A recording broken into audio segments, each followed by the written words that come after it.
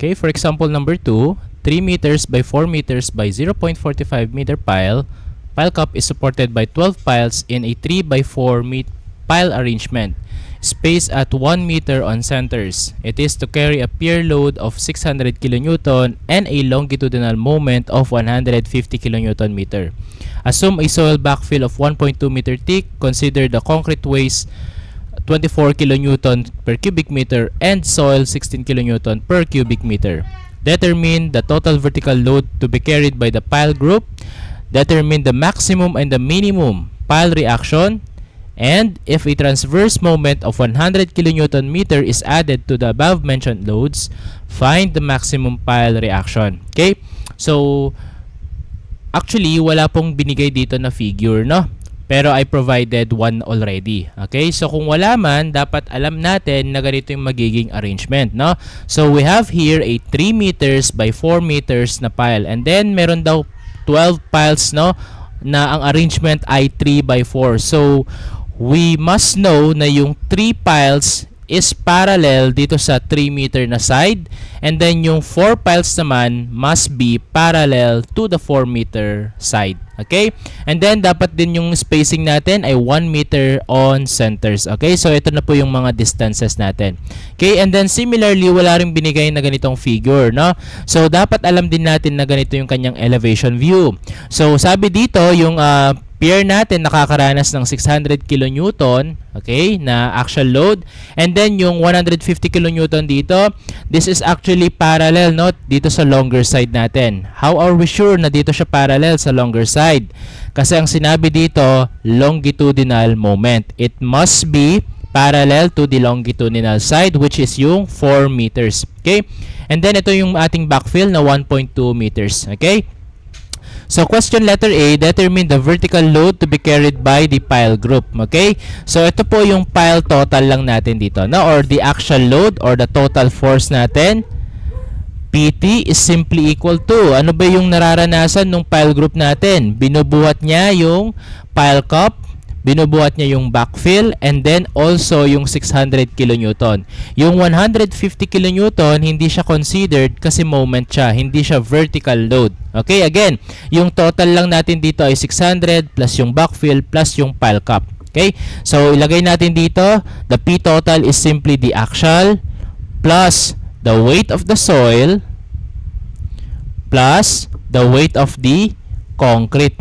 Alright, so for the weight of the soil, dapat vertical load din ito, no? Yung kilonewton lang. So, yung weight natin dito ay hindi pa natin alam, no? But take note, we know that weight is simply gamma volume. Alright? So, kapag alam natin yung formula na to, given naman yung mga gamma or yung specific weight ng mga concrete and soil natin, and yung volume naman ay, since given naman yung mga dimension, kaya rin natin tong isolve, no? So, okay, so this is now 600 kN. Okay, plus yung gamma ng soil natin is 16 kN per cubic meter times the volume of the soil, that is the area, okay, the area of the pile cup multiplied by the backfill height. Okay, so that is 3 by 4 times 1.2 meters. And then plus yung concrete naman, that is gamma of the concrete is 24 times the volume of the concrete or the height of the the volume of the concrete, that is 3 by 4 by 0.45. Okay? Tanong dito sa may soil, no? Bakit hindi natin minus yung sa may pier volume? Well, ganito po talaga yung ginagawa natin, no? Ina-assume natin na buo pa rin po siya. So, in-exclude na natin dito yung pier volume. Okay?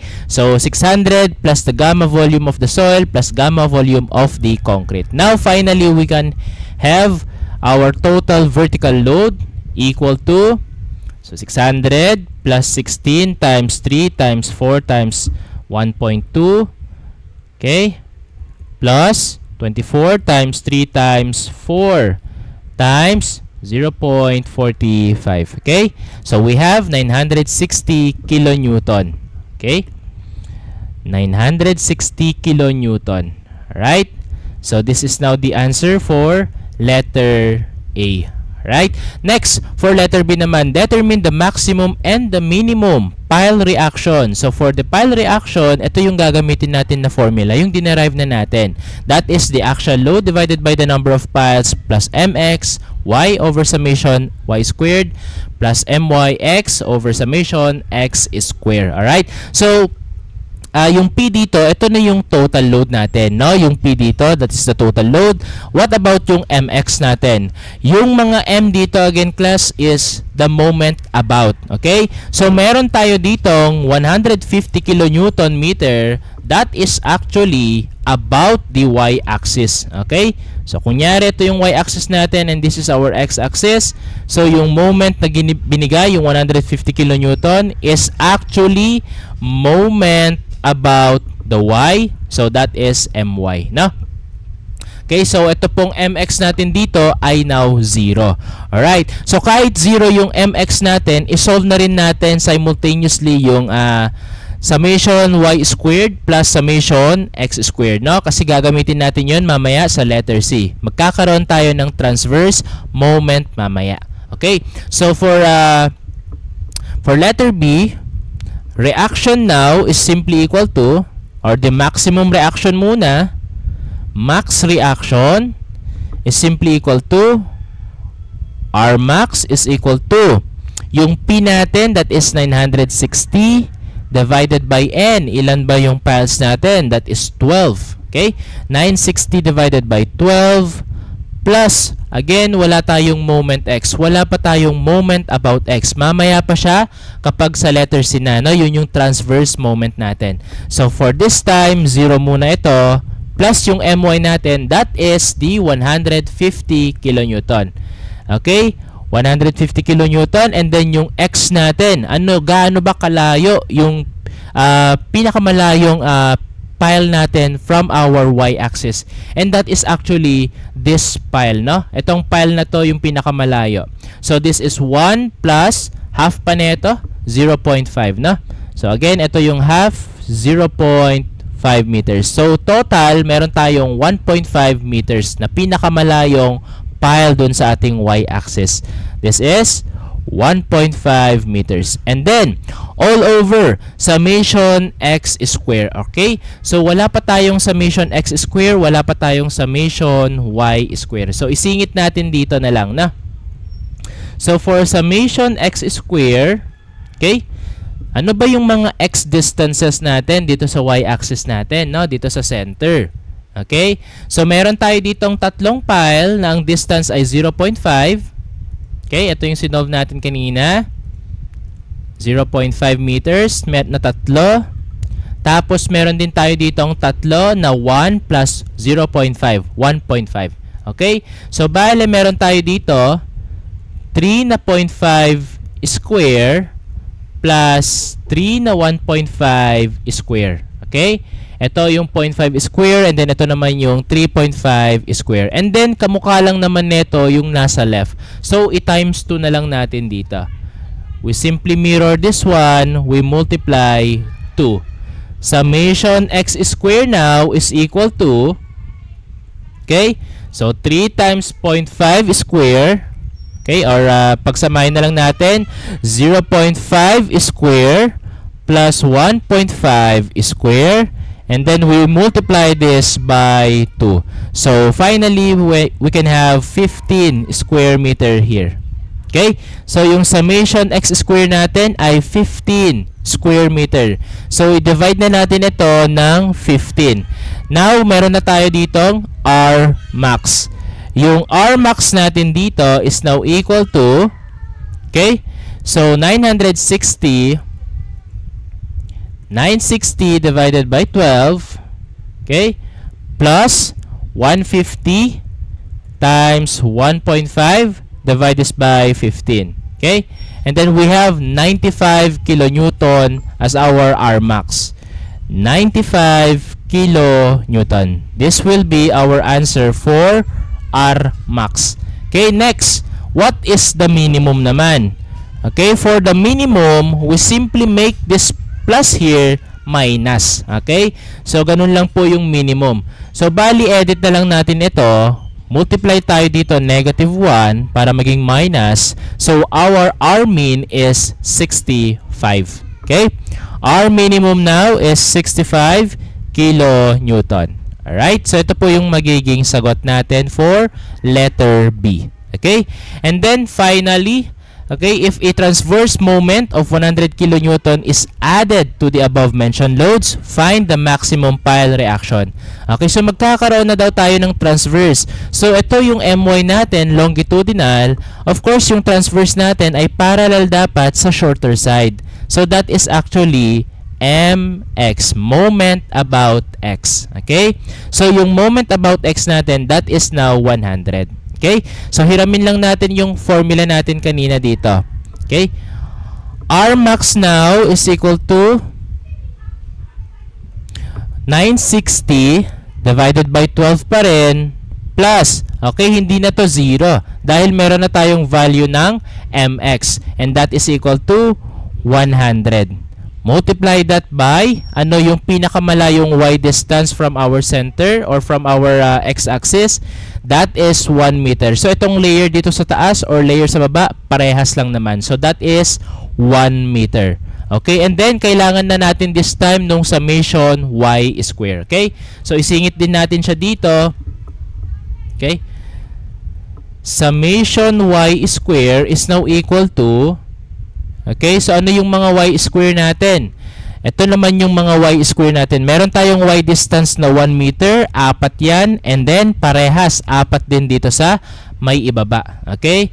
So, lagay natin dito, meron tayong 4 sa taas na 1 meter ang layo, so 1 square, tapos kamukha lang naman yan yung nasa ibaba. So, times 2 na natin. And finally, we have here 8 square meter na summation y square. Okay? Ganun lang po siya, no? So, dito, divide na natin ito ng 8. And then, we plus yung kanina lang din. Itong 150 times 1.5 over 15. 150 times 1.5 over 15. Now, our R max here is equal to, okay? So, alam natin na yung first term plus yung last term ay 95 na kanina. Idagdag na lang natin tong 100 divided by 8. 95 plus 100 divided by 8. So, we have 107.5 kilonewton. 107.5 kilonewton. Okay? So, ito lang po yung solution natin for number 2. Example number 3, the footing shown is loaded with 500 kN dead and 400 kN live load. The column is 0.6 by 0.6 meters. The piles are 0.4 meters in diameter and are spaced on center as shown.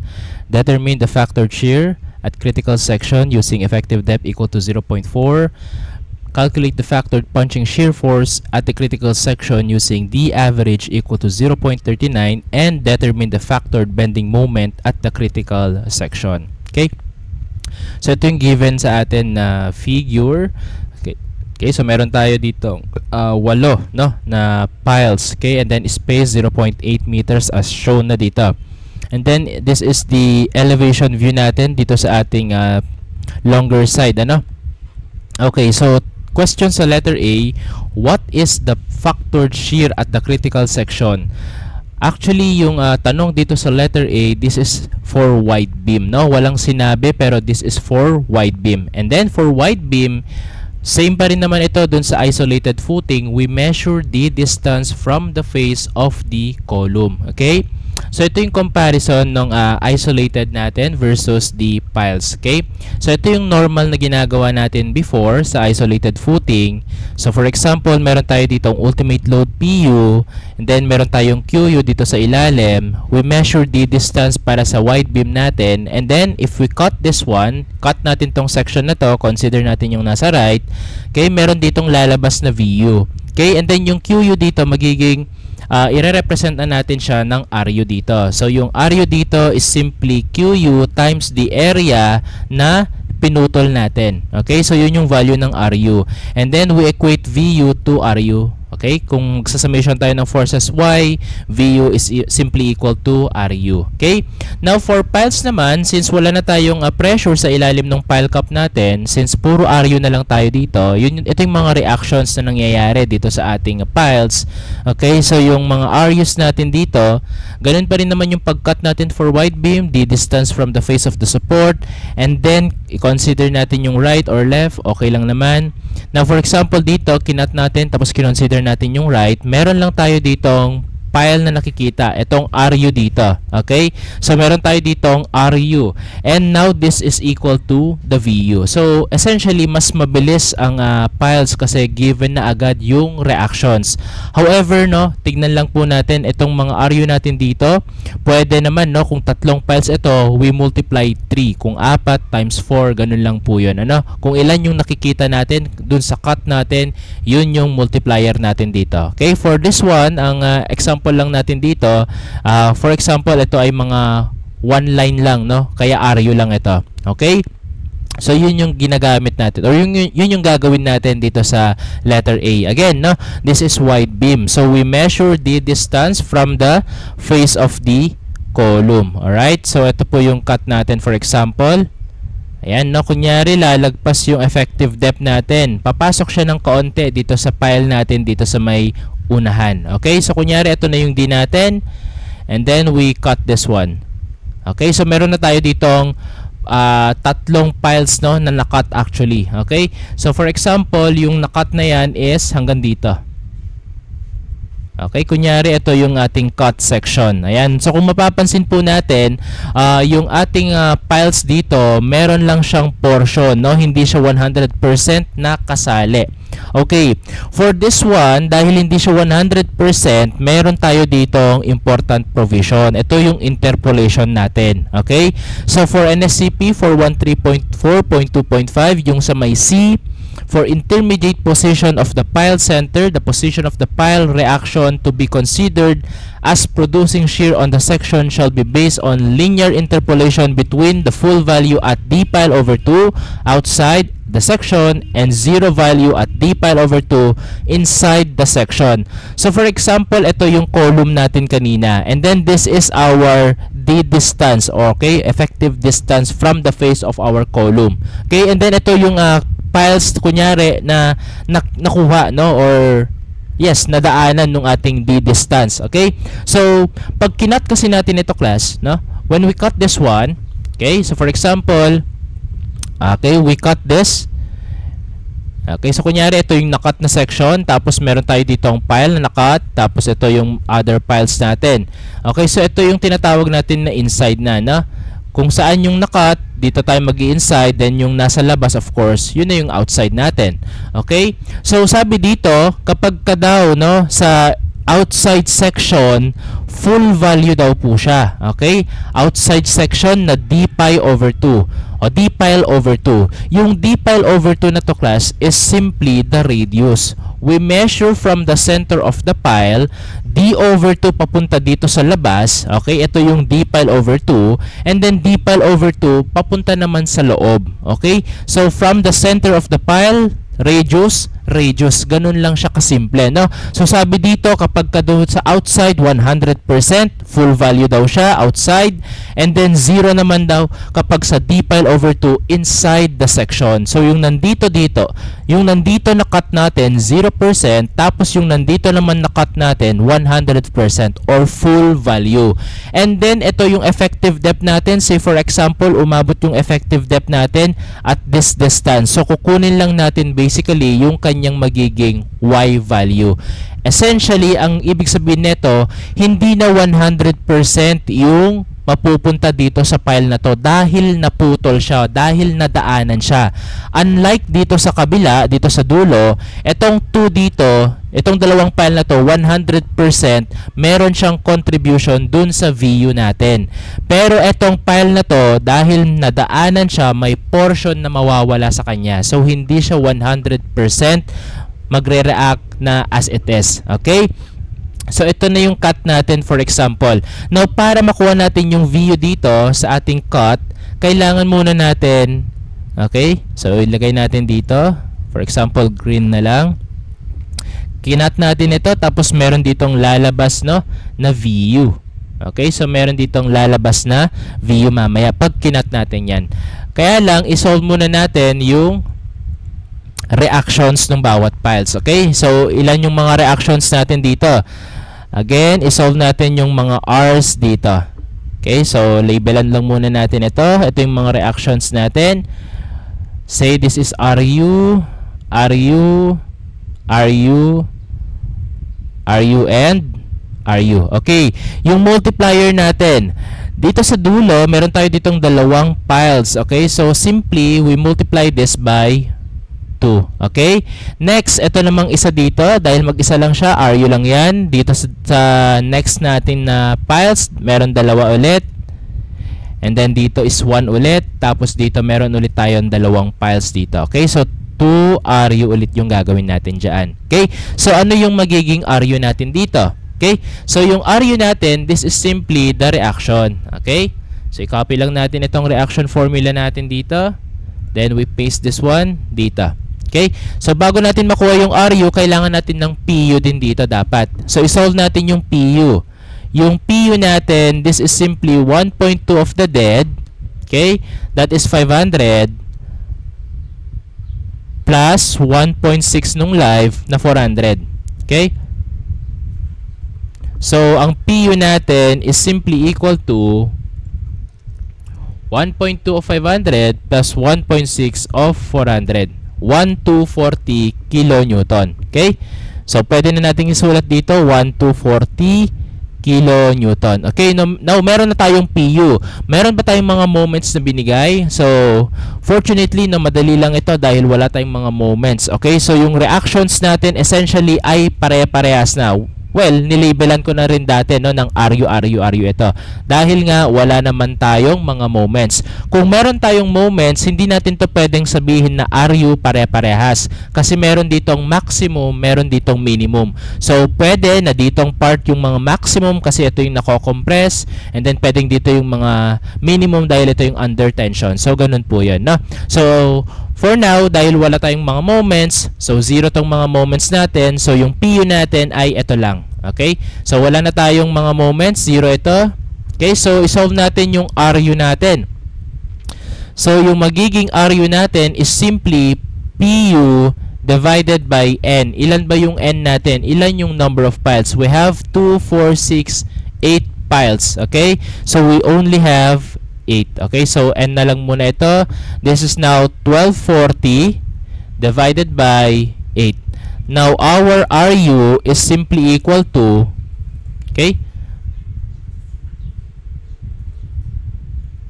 155 kilonewton.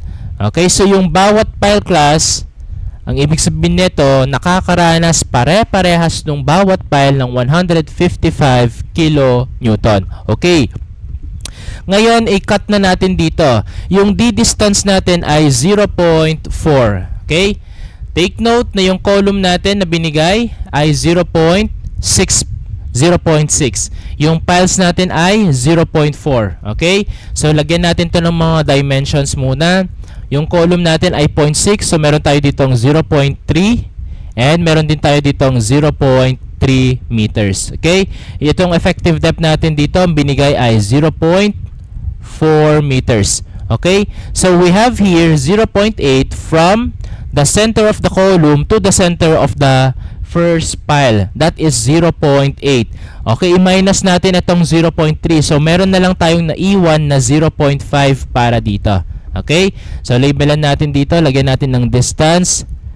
This is now 0.5 meters na lang. Okay? So, ang ating pile or ang ating effective depth ay 0.4. So, ibig sabihin, merong pumasok dito. Okay? 0.5 ito, yung buo, tapos 0.4 ito. So, ibig sabihin, pumasok na talaga yung effective depth natin dito sa loob ng piles natin. Okay? Ngayon, balikan natin yung interpolation. Ang sabi ulit dito, hindi na 100% nung RU ang mapupunta dito sa file na to. Dahil nadaanan siya or dahil napasukan tayo dito, hindi na to magiging 100%. Okay? So, isulat natin muna dito yung section natin.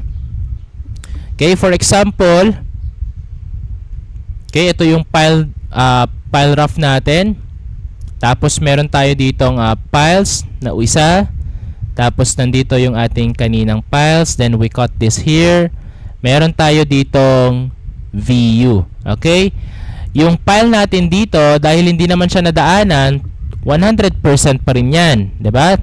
2 RU pa rin ito. Kaya lang, itong part na to, hindi na natin pwedeng sabihin na RU pa rin. Dahil again, napasukan siya dito. So, merong portion na mababawasan dito. So, hindi na siya 100%. Okay? Ito na lang yung file natin. And then, to solve for this one, we simply, okay? So, ito po, no? Ano ba yung 100% natin? So, interpolate lang naman natin ito eh. Okay? So, sige, lagay na lang natin siya dito. Interpolation lang natin ito, no? Gawa tayo dito ng X, then Y table. Okay? So, pwede na natin gamitin yung calcu na lang siguro dito. Okay? So, again, no? Sa D over 2 outside, 100%. Tapos D over 2 inside is 0%. Okay? 0, then 100%. Okay? So, saan ulit yung outside dito? Saan yung 100%? Sukatin natin from the face of the column papunta dito. Okay? Dito sa outside natin. So, yun yung 100%. And then from face of the column papunta dito sa loob natin, yun yung 0%. Okay? So, to do that, kailangan natin munang sukatin lahat-lahat. Okay? So, again, okay, meron tayo ditong distance. Again, no, ito yung 100% natin. Dito, mangyayari yung d pi over 2 na 100%.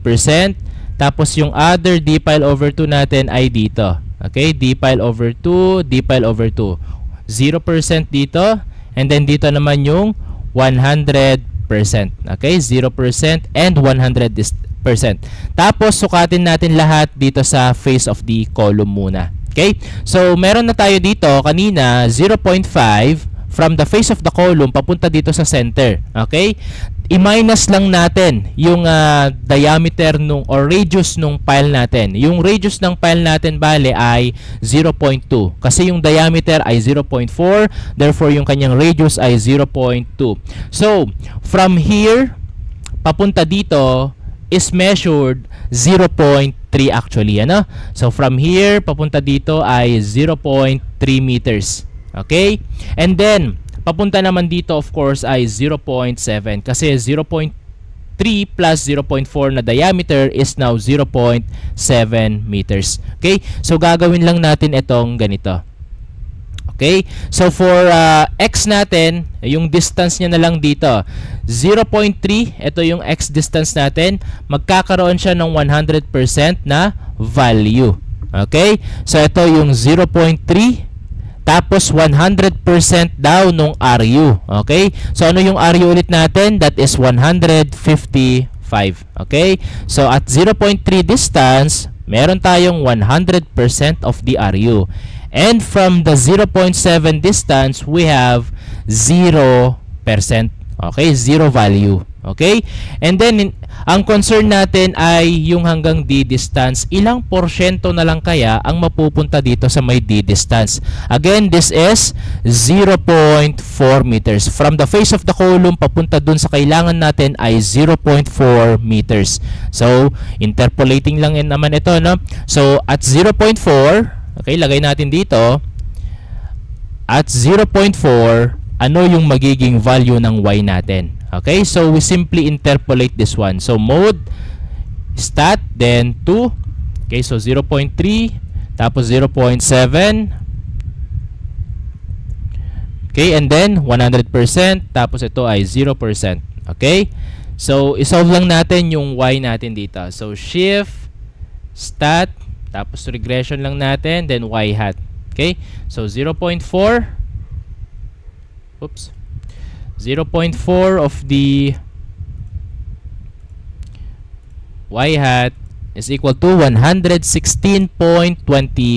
Okay? So, yung magiging effective RU na lang natin ay 116.25. Anong ibig sabihin nun? Ang mapupunta na lang dito, okay, yung nag-e-effect na lang dito ay 116.25. Hindi na siya buo na 155. Unlike dito. Okay?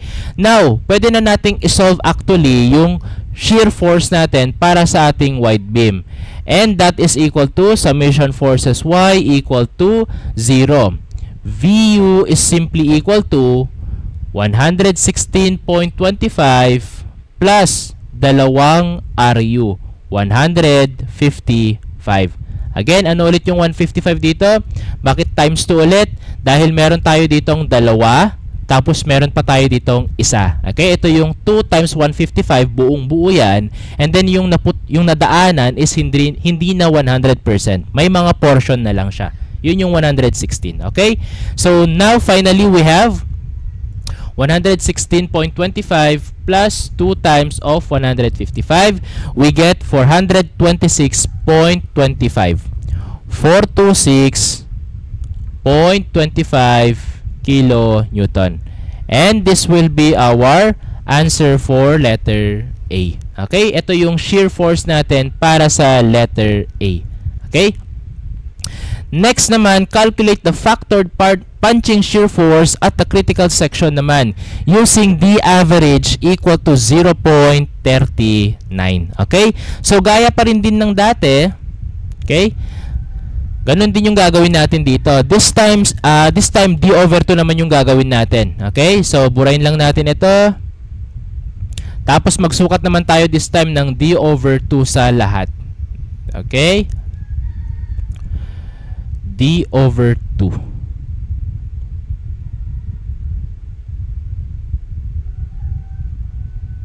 Ayan, no? So, sukatin natin D over 2. So, 0.39 divided by 2, that is actually equal to 0.39 divided by 2 is 0.195. Okay? 0.195. So, 0.195 yung susukatin natin all throughout. Okay? D over 2. So, for punching, that is, magsukat tayo dito, 0.195. Tapos dito rin 0.195 and then all throughout. So ito yung magiging punching part natin, ano? So yan po yung part natin. Again, ito ay 0.195. 0.195 then 0.195. Yun yung D over 2 natin. 0.39 divided by 2. 0.195. Okay? So, yung punching shear force natin, okay? Dahil ito na yung naputol, okay? Ano lang yung lalabas dito? Bale. Okay? So, for letter B natin, meron tayo dito nung pile cap natin. Tapos, andito yung column natin. Say, for example, meron tayo ditong PU. Okay? Yung VU natin ay lalabas dito. Okay? So, yung VU natin ay lalabas dito. Ngayon, ang kagandahan nitong problem natin dito, wala daw tayong pile, oh. Wala tayong pile dito sa ilalim nung tapat, no? Dito sa ilalim nung poste natin. So, ito lang yung magiging diagram natin. Okay? Kung meron sana tayo ditong pile ulit, dagdag lang natin yung isang RU. Kaya lang ito, VU lang dahil wala ng pile. Okay? So, napakadali po dito. So, ang VU natin ay simply equal to the PU, which is equal to okay, 1,240. Okay? 1240 kilonewton lang. VU is actually 1240 kilonewton. Okay? Mabilis lang po dito, no? Kapag punching na. Okay? And then, last question. What is or determine the factored bending moment at the critical section? Factored bending moment at the critical section. Nasaan ang critical section natin for moment? Again, ang critical section natin for moment ay dun pa rin naman sa face of the column. Okay? So, burayin na natin ito.